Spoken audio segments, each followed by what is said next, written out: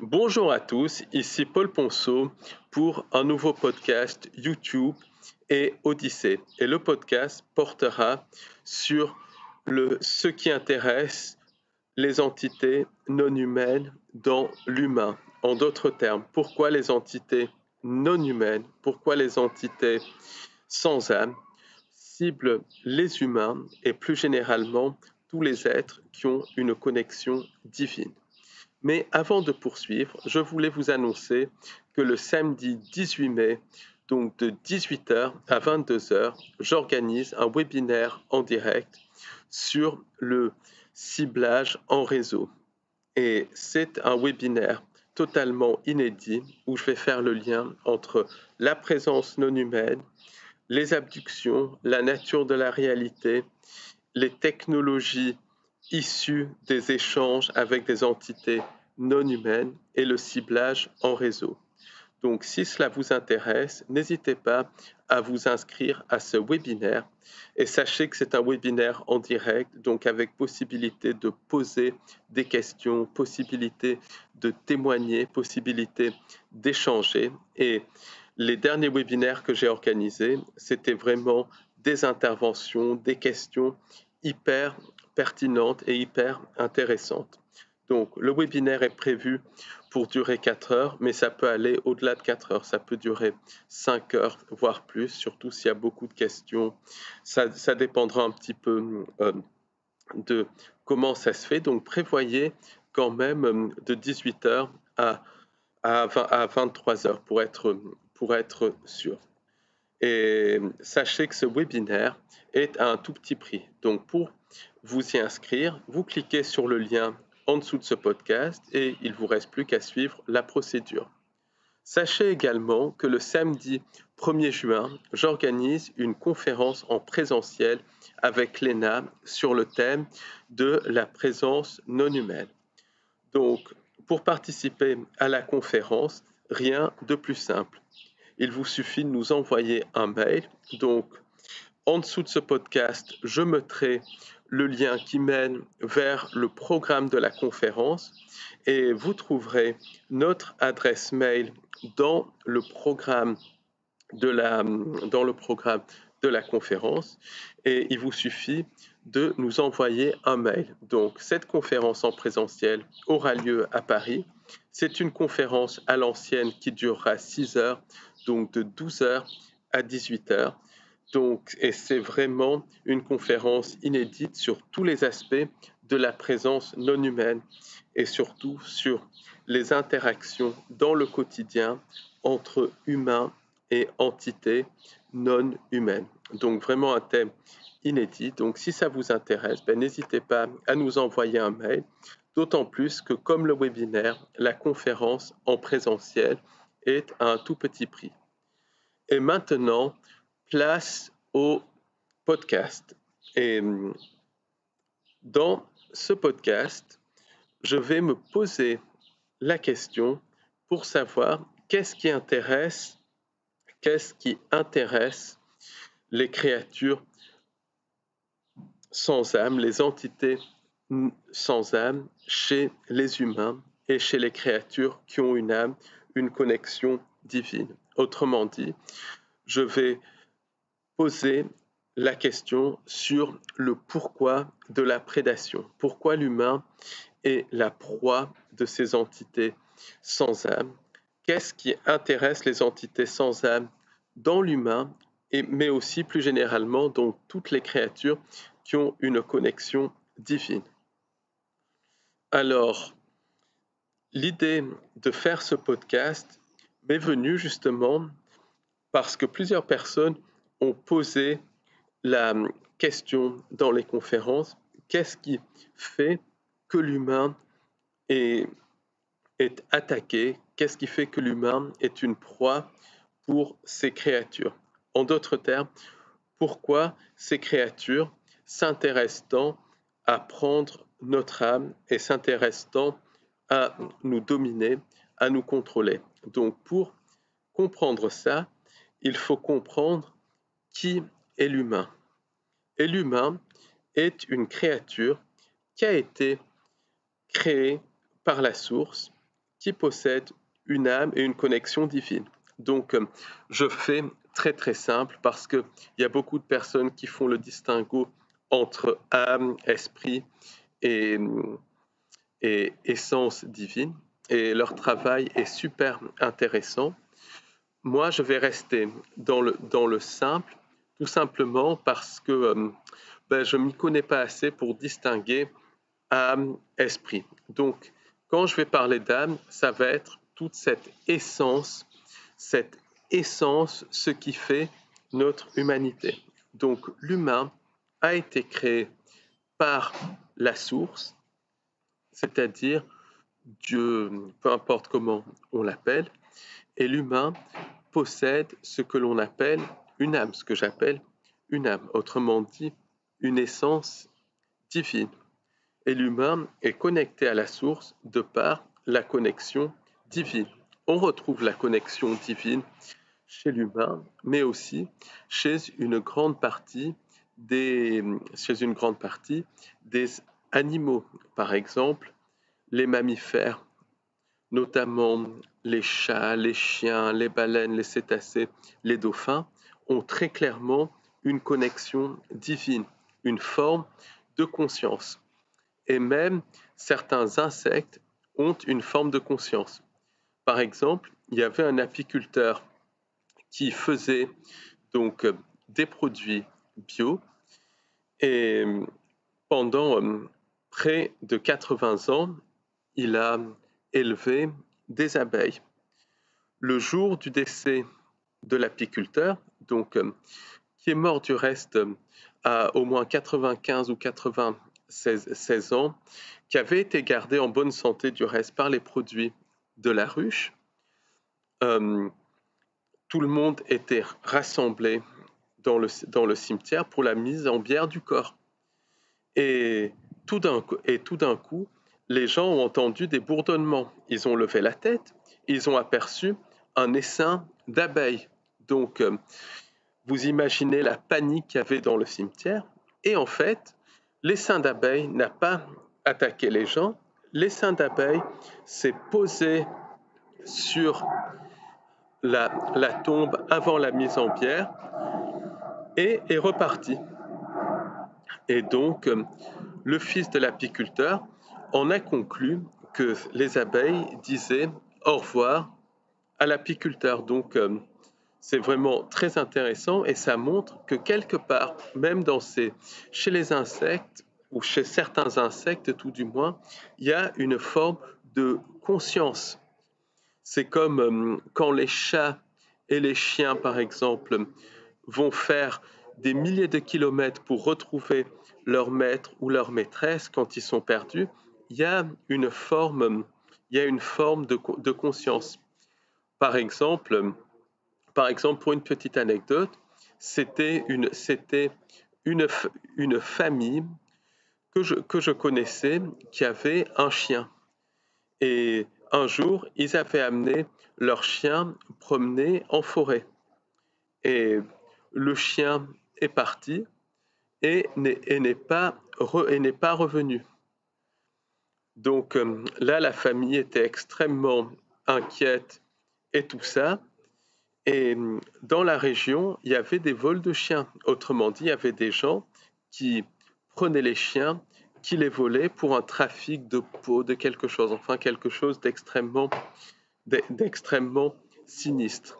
Et cette famille se sont dit, le chien a été enlevé par ces gens, on ne le retrouvera jamais. Plusieurs mois se passent et un jour, les beaux-parents de la dame appellent et disent voilà, il y a votre chien qui est devant chez nous. On pense que c'est votre chien. Le chien s'appelait Tanguy du reste. Voilà pour la petite anecdote. Et effectivement, c'était le chien. Et le chien avait retrouvé les beaux-parents de la dame à plusieurs centaines de kilomètres d'où il avait été enlevé. Donc, ils ont un peu reconstitué les événements et très probablement, le chien avait été enlevé, avait été transporté en voiture quelque part, avait réussi à s'échapper et était allé chez les beaux-parents de cette dame, parce que c'était plus proche du lieu où il avait été enlevé. Donc tout ça, ça montre très très clairement qu'il y a une forme vraiment de conscience, une forme de connexion divine.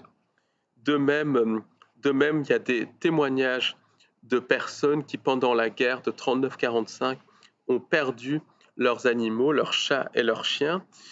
Et à la fin de la guerre, les animaux les ont retrouvés. Et comme il y avait beaucoup de déplacements de population, certains de ces animaux ont fait des milliers ou des centaines de kilomètres pour retrouver leur maître, des années après avoir disparu.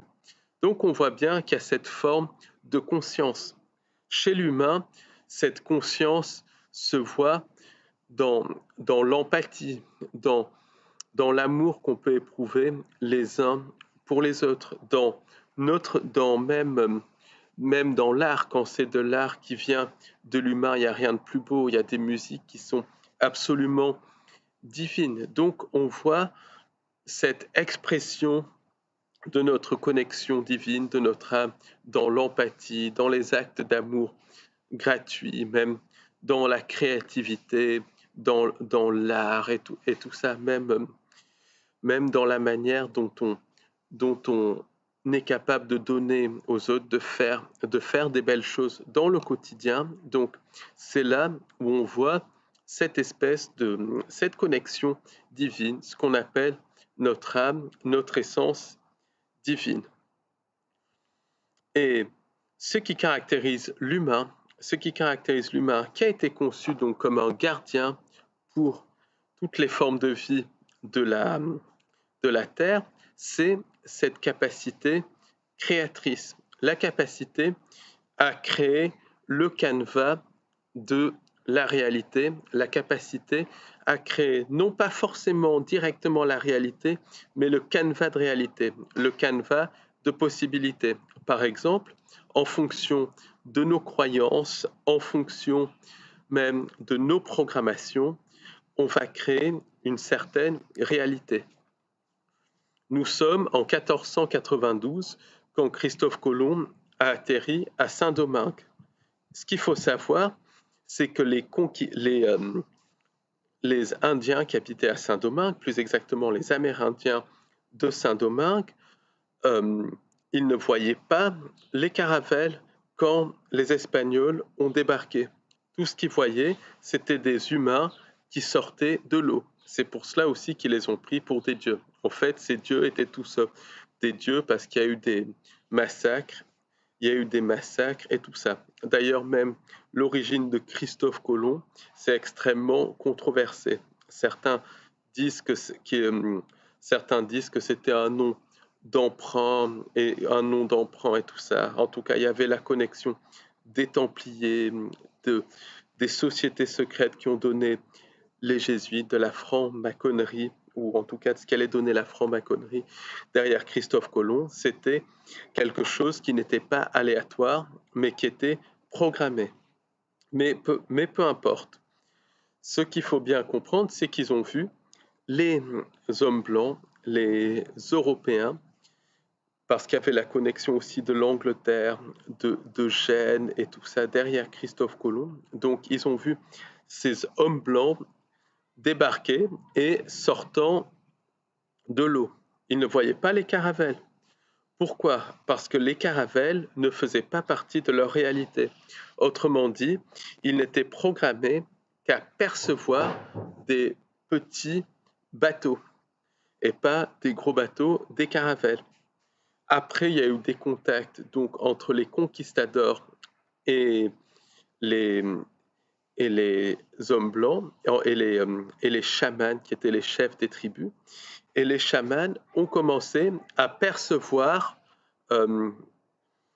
les bateaux. Et les chamans qui dictaient la réalité ont dit aux Amérindiens, oui, les caravelles existent, des gros bateaux existent, on les voit. Et à ce moment-là, les Amérindiens se sont mis à voir les bateaux. Pourquoi? Parce que leur réalité, les égrégores, les programmations ont été changées et les bateaux faisaient partie de leur réalité.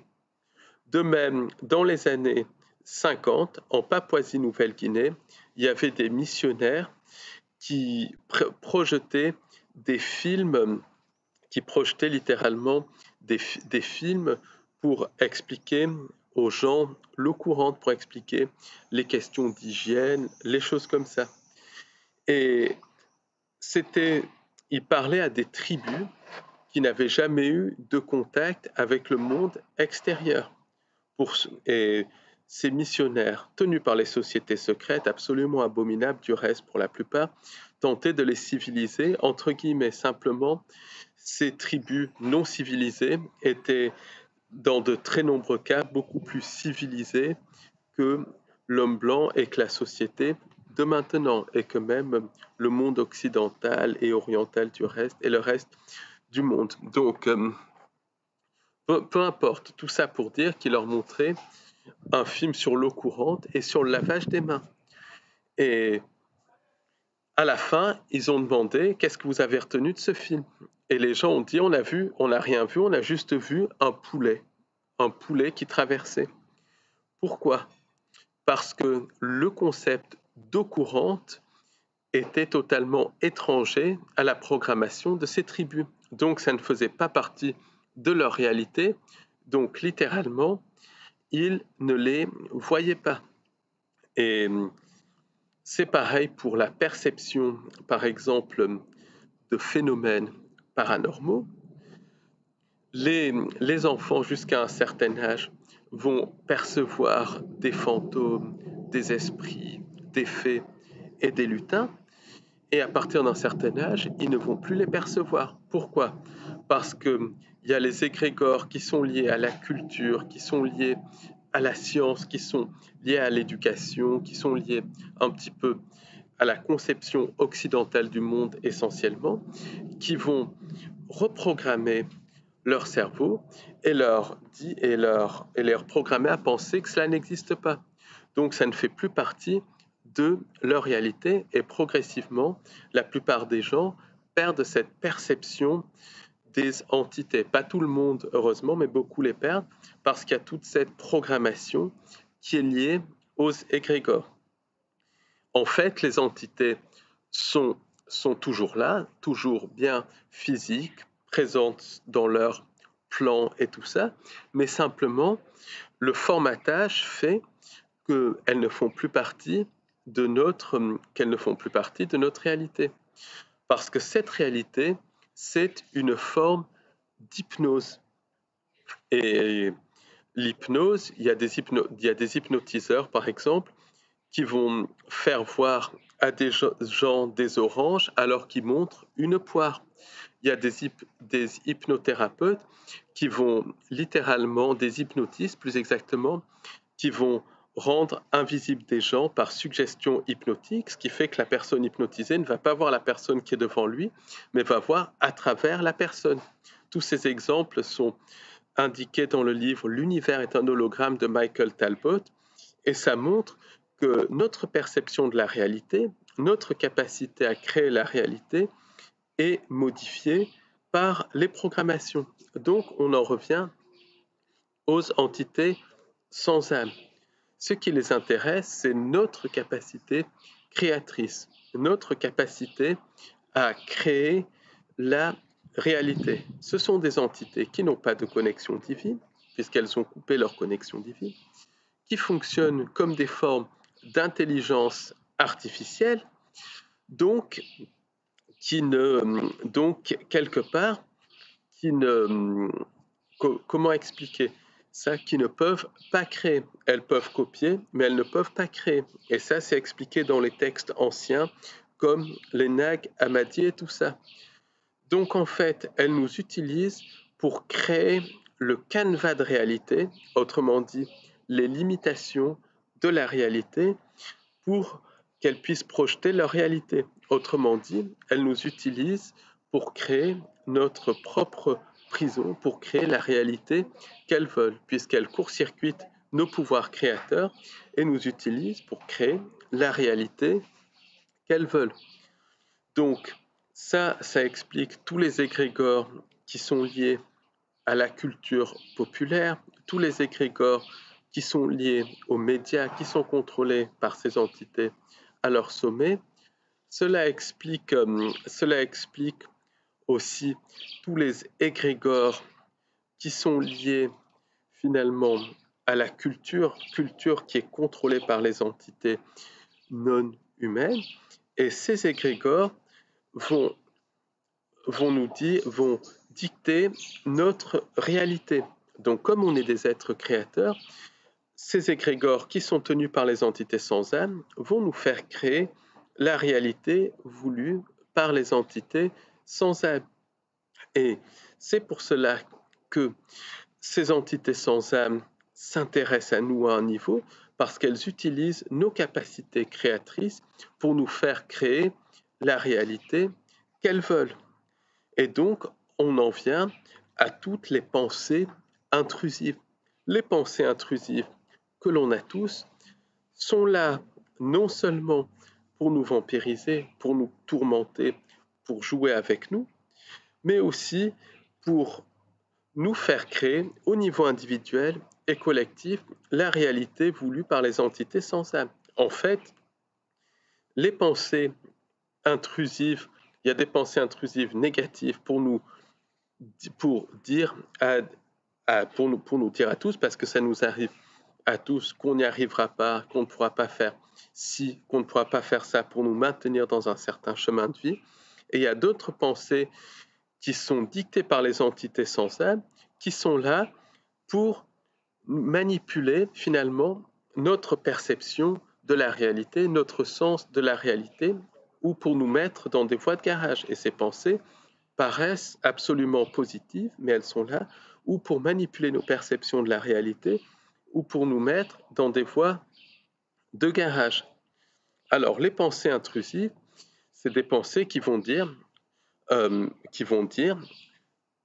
vous n'y arriverez pas. Or, ces pensées ne viennent pas de nous, parce que notre cerveau n'est pas programmé. En gros, notre cerveau n'est pas fait pour traiter des pensées qui ne favorisent pas la survie. Par exemple, quand on va à un entretien d'embauche et qu'avant l'entretien d'embauche, on se dit on ne pourra pas faire ce travail, c'est une pensée qui ne vient pas de nous, parce que notre cerveau ne peut pas traiter des pensées comme ça. C'est comme quand un chat va chasser, s'il se dit qu'il n'est pas capable de chasser les souris, ça ne va pas dans le sens de la survie. Et donc, ça ne peut pas être traité par le cerveau. Et ces pensées ne peuvent pas être traitées par notre cerveau. Autrement dit, elles ne viennent pas de nous. Elles viennent d'entités non humaines, d'entités de type reptilien, d'entités qui ressemblent à des crapauds, d'entités qui ressemblent à des araignées, selon le témoignage de Lynn Monette, une infirmière qui arrive à percevoir ces entités, les entités derrière les pensées intrusives. En fait, ce sont les mêmes entités derrière les pensées intrusives que les entités qui sont derrière les abductions, que les entités qui sont derrière le cirque de la politique et tout ça, parce qu'elles peuvent se manifester au niveau psychique, au niveau astral, et elles peuvent s'inclure dans la réalité et affecter notre réalité et affecter nos pensées. Elles peuvent se manifester à plusieurs niveaux. C'est lié à la technologie de ces entités. Donc, quand les entités disent à une personne qui va à un entretien d'embauche qu'il n'y arrivera pas, ben la personne a peu de chances de réussir son entretien d'embauche, parce qu'elles vont reprogrammer le cerveau de la personne, reprogrammer plus exactement le subconscient de la personne qui agit sur l'ADN. L'ADN, qui est une molécule qui est un émetteur-récepteur de photons de faible intensité, autrement dit, qui reçoit des informations venant de la réalité et qui émet des informations vers la réalité. Autrement dit, ces pensées intrusives vont faire que la personne va se créer un canevas de réalité où elle ne réussit pas à son entretien d'embauche. Et ça, c'est typique des pensées intrusives. Après, il y a des gens aussi jaloux, mal intentionnés ou inconscients qui vont dire à la personne, tu n'es pas capable de faire ça. Et très souvent, la personne ne réussira pas ce qu'elle entreprend parce que ça reprogramme le subconscient à penser que la personne est incapable. Donc, il y a des pensées intrusives, puis il y a aussi des gens mal intentionnés ou complètement inconscients qui peuvent limiter la réalité individuelle. Et donc, les entités sans âme nous utilisent pour créer la réalité qu'elles veulent au niveau individuel, autrement dit pour nous maintenir dans un certain chemin de vie, et au niveau collectif, pour qu'on crée au niveau collectif la réalité voulue par les entités sans âme. Et ça se fait par le biais des pensées, ça se fait vraiment par le biais des pensées intrusives. D'autres types de pensées intrusives sont beaucoup plus subtiles. Je prends l'exemple, quelqu'un commence à comprendre que la réalité va au-delà des 5 sens. La personne commence à avoir un éveil au niveau de la spiritualité. Et donc la personne va commencer à lire des livres qui parlent de ce qu'il y a derrière le cirque de la politique, de la nature de l'humain, de la nature de la réalité.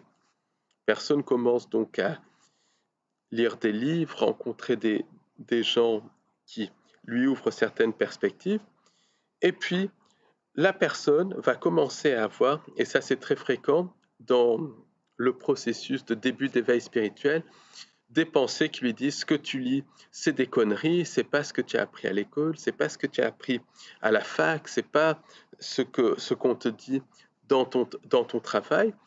Et très souvent, la personne va se fermer totalement à la spiritualité si elle écoute ces pensées intrusives. Ces pensées intrusives viennent en partie des égrégores qui reprogramment le subconscient, mais elles viennent aussi d'entités non humaines qui empêchent une personne de sortir de son chemin de vie.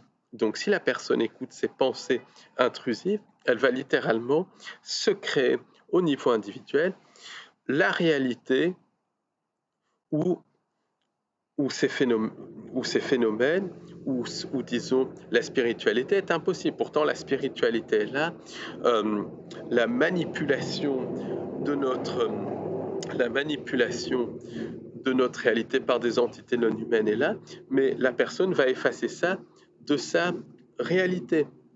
Et donc, elle ne va pas prendre conscience qu'il y a tout ça, donc elle va continuer à être manipulée au niveau du subconscient elle va être manipulée au niveau du subconscient par tout cela, parce que dans la réalité de la personne, ça n'existe pas. Pourtant, ça l'impacte encore plus, parce que si on n'est pas conscient de tout cela, on est totalement impacté. Et puis après, il y a les pensées. Qui paraissent positives, mais qui mènent vers des voies de garage. On en a déjà parlé, et ça, c'est quand on prend par exemple une décision comme ça d'un coup, et que la décision nous amène vers des catastrophes.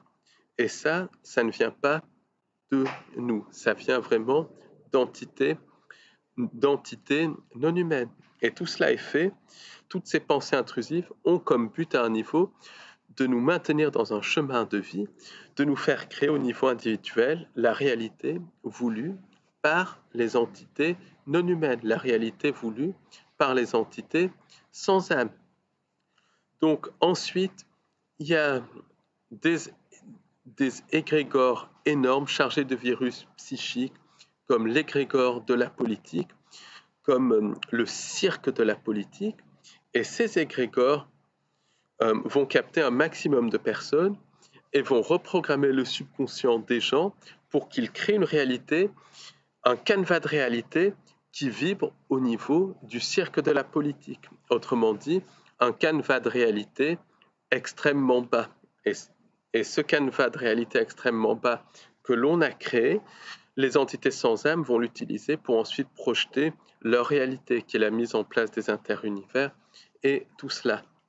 Donc, beaucoup d'égrégores, les égrégores de la politique, de la géopolitique, que je ne vais pas détailler ici, sont là pour affecter notre subconscient, pour qu'on crée un canevas de réalité, autrement dit, des possibilités de basse vibration compatibles avec justement le plan de ces entités non humaines. Et le plan de ces entités non humaines, c'est la mise en place des interunivers et le phagocytage de l'âme. En fait, les entités non humaines court-circuitent nos capacités créatrices et nous utilisent pour créer la réalité qu'elles veulent.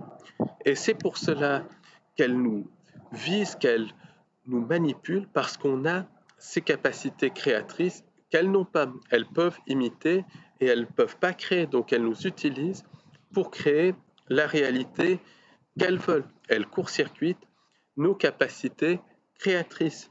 D'où l'importance d'utiliser nos capacités créatrices pour créer une réalité qui vibre au-delà des entités sans âme, pour créer une réalité, autrement dit, incompatible avec la manipulation des entités sans âme, puisque ces entités n'ont pas de connexion divine, donc elles ne peuvent pas élever leur vibration au-delà d'un certain seuil, alors que l'humain peut élever sa vibration quasiment à l'infini grâce à cette connexion divine. Donc, un des niveaux pour lesquels les entités sans âme s'intéressent à nous et nous utilisent, c'est pour que l'on crée la réalité qu'elles veulent, pour qu'elles puissent ensuite projeter leur fausse création. Parce que leur but, c'est de remplacer la vraie création par une fausse création. L'autre aspect de l'humain qui intéresse les entités sans âme, c'est justement notre connexion divine. Les entités sans âme n'ont pas de connexion divine. Pourquoi? Parce qu'elles ont été générées par le démiurge qui a imité la vraie création, et donc les entités sans âme, les djinns, les démons, les reptiliens, les gris, peu importe comment on les appelle, elles n'ont pas de connexion divine, comme la fausse création n'a pas de connexion divine. Les interunivers n'ont pas de connexion divine. Donc quelque chose qui n'a pas de connexion divine n'est pas rechargé par la source. Donc quelque chose qui n'a pas de connexion divine va dévoluer. Et le mécanisme de la dévolution, c'est quelque chose qui est au-delà du temps. C'est un petit peu comme un DVD. Quand un DVD ou une cassette vidéo, cassette VHS va s'user, la fin ne s'use pas plus rapidement que le début. C'est toute la cassette qui s'use en même temps. Et là, comme la fausse création n'a pas de connexion divine, comme les entités sans âme n'ont pas de connexion divine, elles dévoluent, elles dévoluent, elles dévoluent. Et cette dévolution est au-delà du temps parce que le temps, tel qu'on le connaît en tout cas, c'est lié aux technologies des entités sans âme. C'est tout le système qui dévolue. Donc les entités sans âme, comme elles n'ont pas de connexion divine, comme elles ne peuvent pas se recharger, elles vont en gros vampiriser les humains âmes, autrement dit les humains qui ont une connexion divine. Autrement dit, elles vont vampiriser l'énergie psychique des humains qui ont une connexion divine. Et elles vont faire cela pour justement ralentir le processus de dévolution. Et ce qu'on peut dire, c'est que les entités sans âme nous utilisent comme une source d'énergie psychique en vampirisant notre connexion divine, mais aussi une source d'énergie physique, puisque beaucoup d'abductés ne reviennent pas, beaucoup d'humains disparaissent définitivement, comme le montre le travail de Paulides, et sont littéralement mangés, au sens propre du terme, par les entités sans âme. Donc en fait, ces entités sans âme nous utilisent comme une source de nourriture et physique, mais aussi psychique, énergétique. Pourquoi? Parce qu'on a une connexion divine, on a une âme, donc elles se nourrissent de notre énergie psychique. Autrement dit, elles se nourrissent de nos émotions, que ce soit des bonnes émotions ou des mauvaises émotions. Et c'est pour cela que le cirque de la politique, le cirque de la géopolitique, qui est contrôlé par les entités sans âme, fait appel à l'émotionnel. Ça génère de la colère, ça génère aussi de la dévotion dans des faux sauveurs externes. Et toute cette énergie de dévotion, cette énergie de colère, c'est utilisé par les entités sans âme pour se nourrir, pour nous vampiriser littéralement.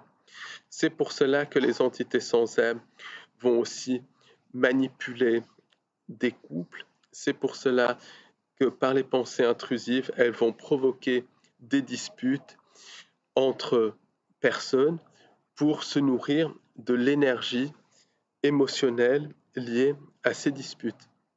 C'est pour cela aussi qu'il y a tout ce symbolisme de partout, symbolisme au niveau des monuments et tout cela, parce que ce qui se passe, c'est que les symboles jouent le rôle de signature subliminale.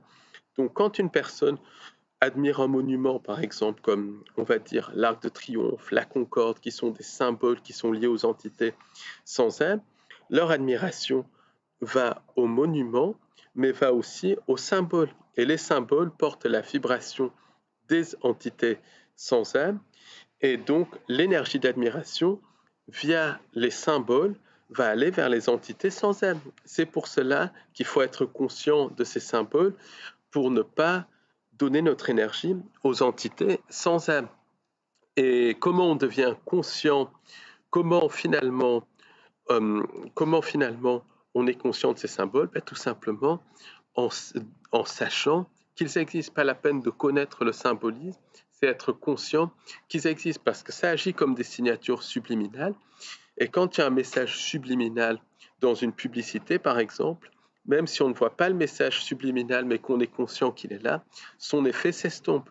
Donc c'est pour cela que c'est très important de se comprendre que partout, il y a ce symbolisme des entités sans âme pour justement vampiriser notre énergie. C'est pour cela, à un niveau, qu'il y a toute cette numérologie dans les événements mis en scène par les entités sans âme. Donc il y a des événements qui ont lieu en 2001, d'autres en 2019, 2020. Il y a tout un symbolisme derrière. Et le symbolisme, c'est là, ça sert de signature subliminale pour capter l'énergie émotionnelle des masses pour nourrir ces entités sans âme. En fait, elles nous utilisent comme source de nourriture. Et elles nous utilisent parce qu'on a une connexion divine, parce qu'on a cette connexion divine, cette âme que les entités sans âme n'ont pas. Et c'est pour ça que le plan des entités sans âme, c'est de nous pousser à consentir au transhumanisme, à la fusion avec la machine via le programme du faux sauveur externe, pour que symboliquement, on consente à donner nos âmes aux entités sans âme. Elles se nourrissent de, elles se nourrissent de ce qu'elles n'ont pas, mais de ce qu'on a. Et justement, elles se nourrissent de notre âme, de notre énergie spirituelle, de notre connexion divine. Ce sont des entités qui sont, qui sont vraiment, qui sont vraiment prédatrices. Et ces entités, elles nous utilisent via le subconscient. C'est pour cela, du reste, qu'elles nous ont génétiquement modifiés pour générer le subconscient. Le subconscient, c'est le robot pilote, c'est ce subconscient qui nous permet, par exemple, de conduire une voiture sans se rendre compte qu'on conduit la voiture. C'est le subconscient qui fait que quand on est sur un trajet que l'on connaît bien, on n'est même pas conscient du trajet parce que le subconscient, ça agit comme un robot pilote. Et le subconscient a été en tout cas renforcé par les entités sans âme, qui par modification génétique ont mis dans notre subconscient leur manière de penser, c'est-à-dire c'est-à-dire qui nous ont donné leur façon de penser, qui nous ont donné la peur, la colère, la haine, toutes les émotions négatives, tout cela est dans notre subconscient parce que elles nous ont génétiquement modifiés. Et Castaneda décrivait cela dans ses livres. Il expliquait que les entités sans âme, qu'il appelait les flyers, nous avaient donné leur façon de penser, de voir les choses. Et c'est vrai, à un niveau, elles ont fait ça en reprogrammant notre subconscient. Les gnostiques, d'ailleurs, disaient que les entités étaient des parasites psychiques, et quelque part, c'est vrai, elles nous parasitent en utilisant notre subconscient. Donc, les entités, elles travaillent sur notre subconscient pour nous manipuler par les égrégores qui sont générés par les entités via les médias, via la culture populaire. Elles nous utilisent, elles reprogramment aussi notre subconscient au niveau individuel via les pensées intrusives, via les pensées qui ne viennent pas de nous, puisqu'elles arrivent à court-circuiter nos pensées. Elles reprogramment aussi notre subconscient via les symboles, via les sigils. Elles reprogramment notre subconscient via le cirque de la politique, de la géopolitique, qui justement utilise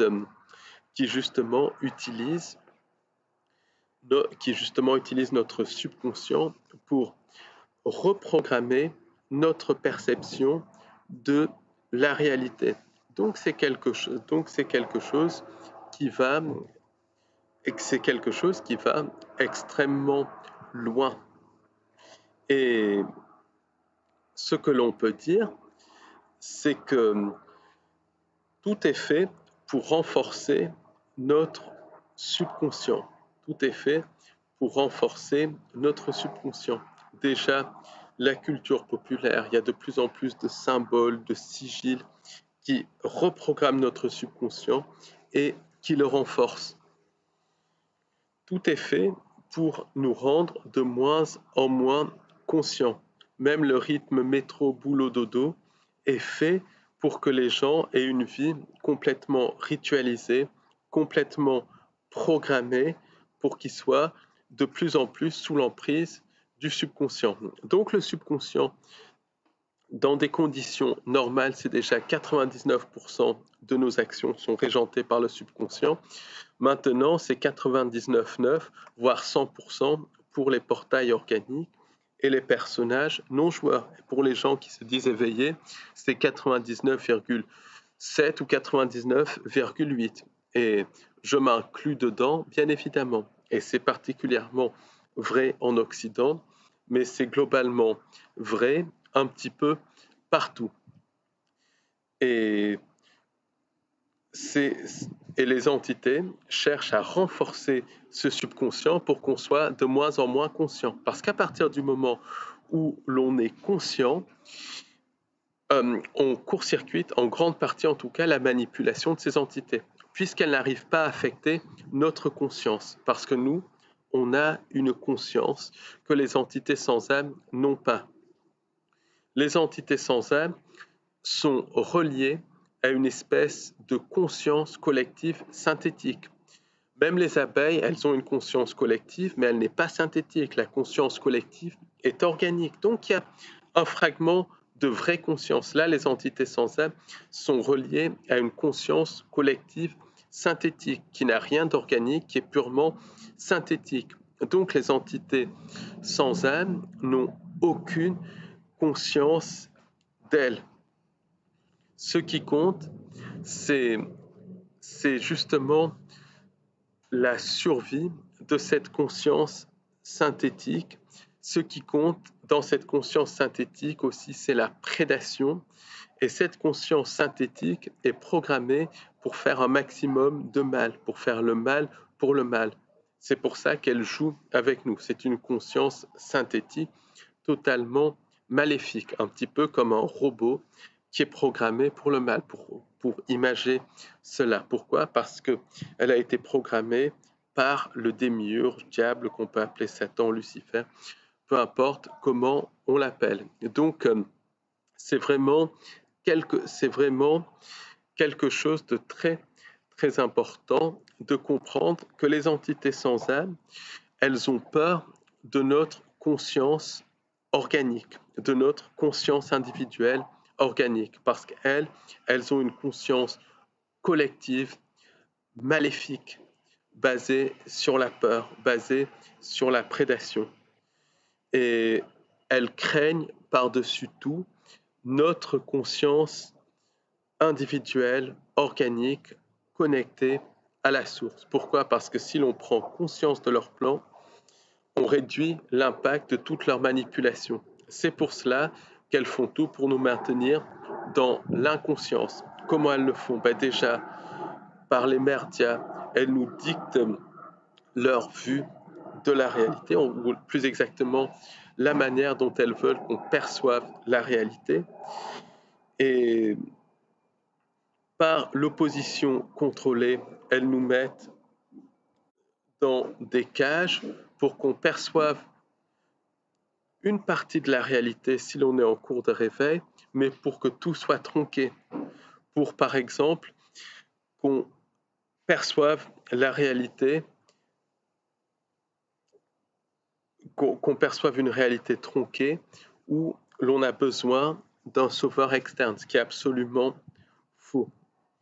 Quoi qu'il en soit, ces entités nous reprogramment le subconscient à tous les niveaux pour le renforcer et pour nous maintenir dans des cages, pour qu'on ne prenne pas conscience déjà de leur présence et pour que l'on ne prenne pas conscience de qui l'on est, que l'on est des êtres qui ont été créés par la source, qui ont une connexion divine et qui sont capables de créer. À partir du moment où on prend conscience de cela, les entités sans âme n'ont plus d'impact sur nous, ou en tout cas beaucoup moins d'impact sur nous. C'est pour cela qu'elles font tout pour nous empêcher de prendre conscience de qui on est. C'est pour cela aussi qu'elles font tout pour déjà nous empêcher de prendre conscience de ce que sont ces entités, de comment elles fonctionnent. Alors, le mainstream, c'est fait pour nous bloquer totalement notre conscience, pour qu'on ne soit absolument pas conscient de qui tire les ficelles.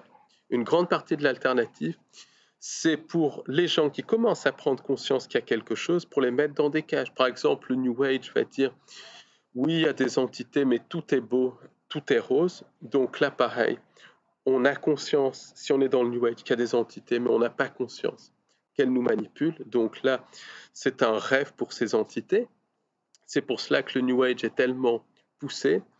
Ou bien les entités sans âme, pour les gens qui sont encore un petit peu plus réveillés et qui ont pris conscience qu'il y a des entités sans âme, et c'est déjà un grand pas, elles vont utiliser le programme du faux sauveur externe pour nous mettre dans la passivité. Autrement dit, si on est dans le programme du faux sauveur externe, style Confédération Galactique, et tout ça, on va dire, oui, il y a des entités sans âme, oui, elles contrôlent notre réalité, mais ne nous inquiétons pas, la Confédération Galactique, les êtres de lumière, les maîtres ascensionnés vont nous sauver, donc tout est beau, tout est rose. Donc, on ne prend pas conscience de qui sont vraiment ces entités et on ne prend pas conscience du niveau de manipulation de ces entités, à la fois au niveau des 5 sens, mais aussi au niveau du subconscient. Et puis ensuite, les entités nous maintiennent dans l'ignorance de qui on est. Et c'est pour cela que les entités sans âme poussent le darwinisme pour en gros, nous faire croire qu'on est simplement des morceaux de viande, alors qu'on est bien plus que ça. C'est pour cela que les entités sans âme aussi poussent très souvent, via l'opposition contrôlée, la notion totalement erronée qu'elles nous ont créée pour que justement on les prenne pour nos créateurs. Et ça, c'est lié au programme du faux sauveur externe. En réalité, on a été créé par la source, par Dieu, mais les entités sans âme ne veulent absolument pas que l'on sache cela. Pourquoi? Parce que si l'on sait qu'on a été créé par Dieu, par la source, on sait qu'on a une âme, on sait qu'on a une connexion divine, on devient conscient. Et les entités sans âme détestent cela. Donc elles nous maintiennent dans l'ignorance totale. Et les religions, quelque part, elles donnent cet élément, elles donnent cette notion qu'on a été créé par Dieu, par la source, mais ensuite, tout est, tout est totalement inversé, tout est tronqué, tout est manipulé pour nous mettre dans des cages. Par exemple, les religions nous diront jamais qu'on est des êtres créateurs, qu'on est capable de créer un canevas de la réalité. Les religions, elles disent des vérités, mais elles détournent les choses pour nous mettre dans différentes cages. Et à l'heure actuelle, les vérités qui sont dites dans les religions traditionnelles, qu'on a été créé par Dieu, la source, qu'on possède une âme et qu'on est des êtres qui ont été créés par le bien absolu, ça va trop loin pour les entités sans âme. Ça a permis, ces vérités ont été des espèces d'hameçons pour mettre les gens dans la religion tronquée, mais aujourd'hui, ces vérités, ça va trop loin pour les entités sans âme. C'est pour cela qu'il y a cette envie de détruire les religions traditionnelles, parce que ce sont des mécanismes de contrôle qui ont fait leur temps. Et c'est pour cela que tout est en train d'être remplacé par le New Age, pour nous mettre vraiment dans le programme du faux sauveur externe. Et c'est pour cela aussi que tout est remplacé par le scientisme, pour nous faire croire qu'on est des morceaux de steak. Donc c'est un petit peu paradoxal, mais les entités agissent sur les entités sans âme, agissent sur les extrêmes, parce qu'elles ne veulent pas savoir qui on est, et elles ne veulent pas qu'on découvre qu'on est des êtres créateurs. C'est pour cela aussi que y a tout un mouvement dans le New Age qui dit qu'on crée notre réalité, mais ça c'est tronqué, parce qu'on ne crée pas la réalité comme cela, on crée un canevas de réalité, c'est-à-dire qu'on crée des possibilités. Et là, le New Age dit qu'on crée la réalité, donc beaucoup de gens vont s'attendre à ce qu'en faisant de la méditation, par exemple, de l'argent va tomber du ciel, qu'ils vont rencontrer la femme de leur vie et tout ça.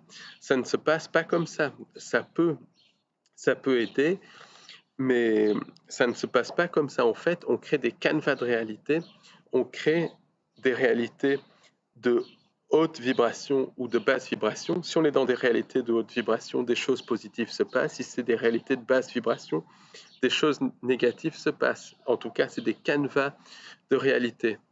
Mais nos pouvoirs créateurs, c'est pas comme le dit le New Age. Donc, ce qui va se passer, c'est que beaucoup de personnes vont suivre tous ces séminaires pour créer sa réalité.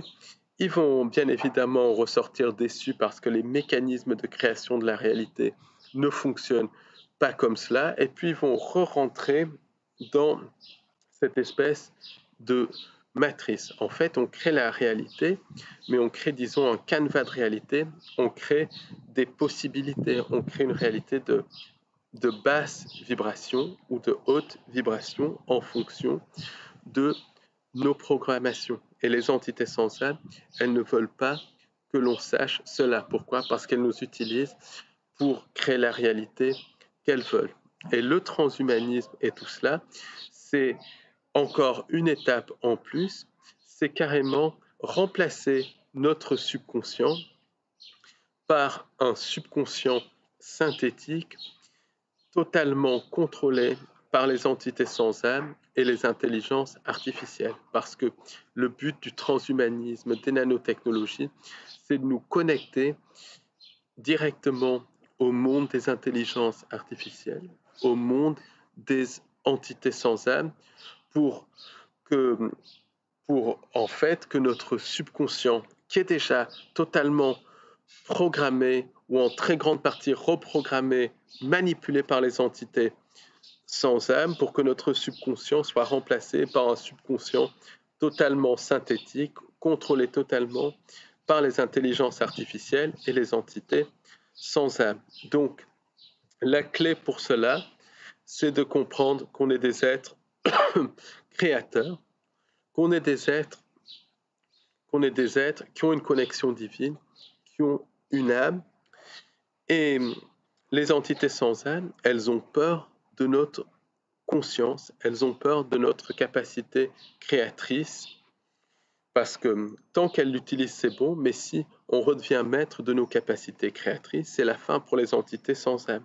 Donc la première chose à faire, c'est de créer une réalité dans le quotidien qui vibre au-delà des entités sans âme. Ça passe par se créer son propre bonheur dans le quotidien. Ça passe par des choses simples. Ça passe par exemple, prendre un café avec un ami, par une promenade en forêt.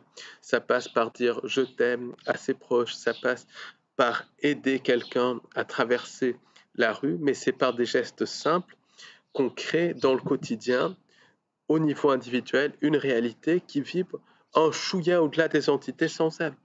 Donc en se créant notre propre bonheur, on crée une réalité qui vibre un chouïa au-delà des entités sans âme. Donc elles ont plus du mal à nous atteindre.